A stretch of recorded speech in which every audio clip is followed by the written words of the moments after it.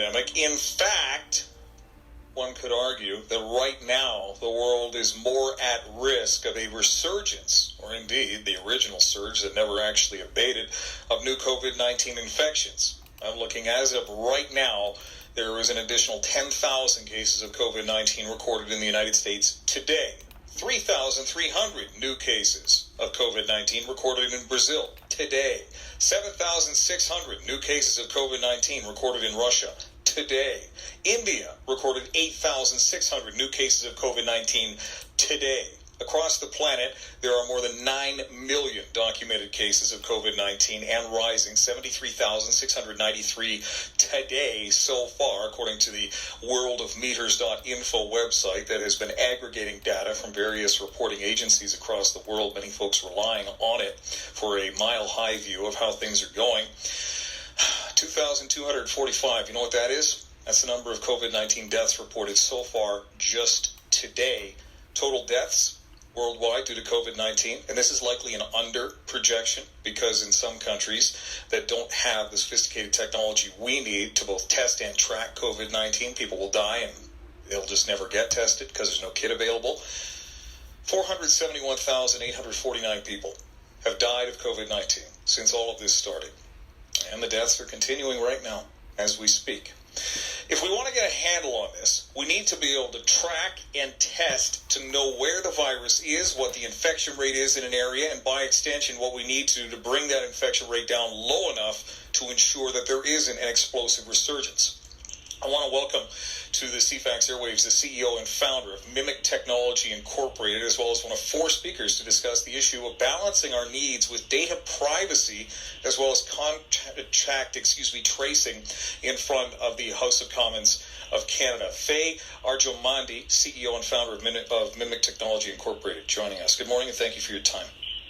Good morning. Thank you for having me. We understand that we need, in order to battle this virus effectively, we need to know where it is, how it got to that area, and we need to be able to isolate any persons who may otherwise be infected. That can be much easier said than done when a person in their ordinary course of business comes into contact with any number of strangers, perhaps that they've never seen before and will never see again, let alone exchange contact information. We have the technology to record all such contacts with mobile devices. The ethical question is, can we, without forming unreasonable incursions on privacy? Your thoughts on that? Yes, so I think the ethical question to that, the ethical answer to that is that no, we should not trace people for the purpose of this pandemic, but we need contact tracing feature in applications. And the only way that we can achieve this with peace of mind for the purpose of adoption of users is to provide full data privacy. So it's almost like we need, as a user, we need to do contact tracing for ourselves, and we need to ensure that we have full control of our data. So on one side, we do have the ability of sending and receiving community alerts in a most anonymized fashion. On another side, I as a user want to receive healthcare services or remote patient monitoring services during the time that I am sick. So therefore, I should be able to integrate and interact with those entities, but still with full data privacy and control of data on our hand. So that's the only way that we can achieve tracing in a most effective way and also improve adoption of the user by maintaining the data privacy of user throughout the entire journey. And that's very important because I'm hearing more and more, people talk about, contact tracing piece is private, yes, but what about the rest? Yeah. Your firm has patented technology. It's called the Edge Cloud Computing Platform that would enable any computing device to act as cloud service to create larger, cheaper, and faster clouds with higher data privacy. Talk about how that would fit into all this. Correct. So yes, we are about extending the cloud to the edge, meaning to the device where the application is running, which means that now application can interact with the back-end components that usually hosted on cloud on the device itself, and applications can communicate with other devices in a more peer-to-peer fashion versus always going to cloud. So direct device to device versus going to cloud, because devices are now the cloud. And also the major piece that we've been actually quite outspoken about this even before the COVID-19 is that the data privacy of the user in digital world, that data needs to be controlled and managed by the user and on the device of the user. That means that imagine the same way that you're managing your assets, physical assets, and you own them and you manage it and you decide what to do with it, you have to be able to do the same thing for your data. Now, I want to give you visibility to my data, and I can just say, yes, you can have data access to my data. You come to my device, you see the data, you have this many time to see it. I can revoke that permission. So everything starts from my device, and all communications and all that starts from my device and goes to other devices. And for the community alerting, we can now initiate device-to-device community alerting in the most anonymized way, which means that if I receive an alert, it doesn't say who it came from, and if I send an alert, it doesn't, and it doesn't say who it came from, and similarly, when you receive my alert, it doesn't show you that it came from me. So there is no user information as part of that community alert system. The technology is horizontal. It's used across all industries, but it can be now combined with this contact tracing to provide that additional level of users are in control of their data. How do we... Oh, sorry. Private. Sorry, I said therefore it's completely private. Go ahead. I want to ask you about location tracking, because I know that the actual location that any interactions have taken place, many believe those records should never even be created, so they cannot be leaked because of privacy concerns or otherwise similarly surveilled or misplaced. But the location that a contact takes place may well prove to be material to COVID-19 transmission. For example, we know that outside in well-ventilated areas, the transmission rate tends to be much smaller than in enclosed spaces where people might be directly facing one another for extended periods of time. How would the app balance those two different scenarios while at the same time trying to give a person a binary finding of whether or not you have been exposed to someone with COVID-19? This question is an excellent question, and that's exactly the type of feature that we're talking about, that there is a continuity required here versus, hey, just trace. And in order for us to achieve these continuity, and as we realize them and as we learn about them, that means that the app needs to also integrate with other systems in order to receive data from other systems or to basically compile data and interact with other systems. So that's how exactly we can achieve this continuity and evolution, because the device remains the cloud node, and everything, again, all the interaction and integration comes to the device.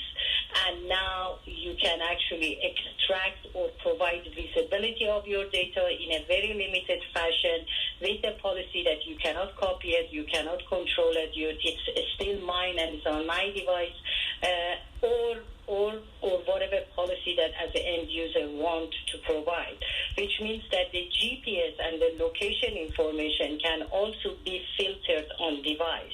So instead of me reporting my location, you have a location of an environment that, let's say, is a high-risk area. Yes, okay. So you get that location on your device, and now you compile and filter it on device. Interesting. Fascinating, because the binary decision on whether or not to inform someone that they have been potentially exposed will likely necessarily have dire financial implications for them if they have to take, say, 2 weeks or more off work. False positives, if a network of them spread out, we could see substantial financial hardship suffered because there's an error or a miscalibration in the system. But on the other hand, if it fails to notify them and they actually have COVID-19, they could go around spreading it further and further. So there could be dire ramifications personally for an error that goes either way. How do we balance that?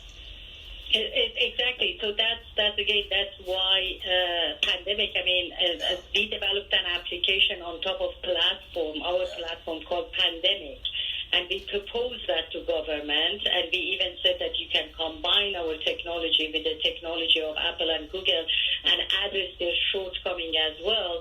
But we haven't received any response yet. It's been all, unfortunately, one-way conversation versus two-way, which puzzles us. But that's the balance, and that's what your questions are very to the point and clear, because you need to constantly balance those.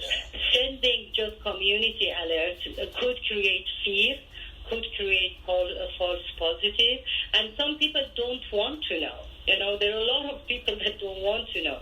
So unless you don't provide actionable and private, in a full privacy fashion, people are not going to want to use this. So adoption is about, that's what we say, that there are three things required, the triple A of a solution like this: adoption, anonymity, and adoptability. Adoption means that, okay, it's private, therefore I adopt it, but it also has to provide me really useful feature set. An app should provide a useful feature set. To have an app that it just traces me and, okay, have a peace of mind, run it in the background, I'm not going to do it, right? Yeah. It has to provide me a capability that I can balance my life and workspace. I can go to work, I can function, but it also provides me a view of what's going on around me so that I can make a better decision at that moment. For enterprises, they can balance their workforce, schedule them better. So all these need to be, over time, as part of this application and feature set that this application needs to provide. Therefore, integration to other systems become important. And by taking a cloud-based approach, you immediately end up pushing data to cloud. You may not do that for the tracing part, but then immediately you start pushing user data to cloud, which means that immediately I can know what this user's situation is.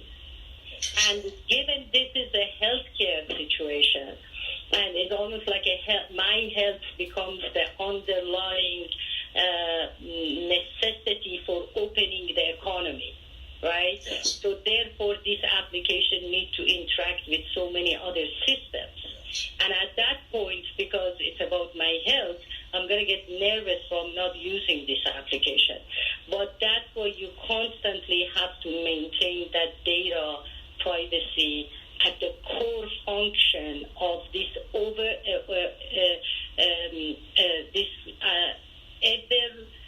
evolving application over time. It's been a fascinating discussion. I want to thank our guest so much for her expertise and insight here. Our guest is a widely recognized expert in data security and privacy. In 2007, she was appointed as the Canadian Technology and Innovation Representative to the White House. In 2014, San Francisco Business Week named her one of the most influential women business leaders in Silicon Valley. More recently, she was selected as one of 4 speakers to discuss data privacy and contract tracing in front of members of the House of Commons here in Canada. Faye Arjomandi, thank you so much for your time. Any final thoughts? Thank you so much. The only final thought I have is that please, to the government, keep the data privacy as the center of issue for this application, and keep in mind that this is not about just tracing. This is over time requires to integrate with other solutions and open discussions with companies like Mimik, that they have a complementary solution that enables this contact tracing application. And we're also supporting a Canadian business, which is about going back to economy and opening economy to everybody. Fayar Jamandi, CEO, founder, Mimik Technology, thank you for your time. It's greatly appreciated. Thank you. Thank you for having me. Take care. You too. Bye now.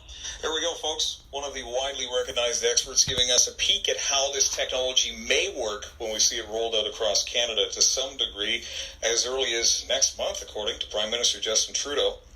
Technology is going to be how we beat this thing. We need to know where it is. We need to know how infectious it is. We need to know how many people have it. And we're going to need to be able to calibrate our precautionary measures that we are taking so as to minimally impair economic harm while at the same time ensuring the safety, the R rate, the infection rate is kept low enough that we don't see an explosive resurgence. I've been looking at the infection curves in a number of U.S. states, and it's like a rocket taking off.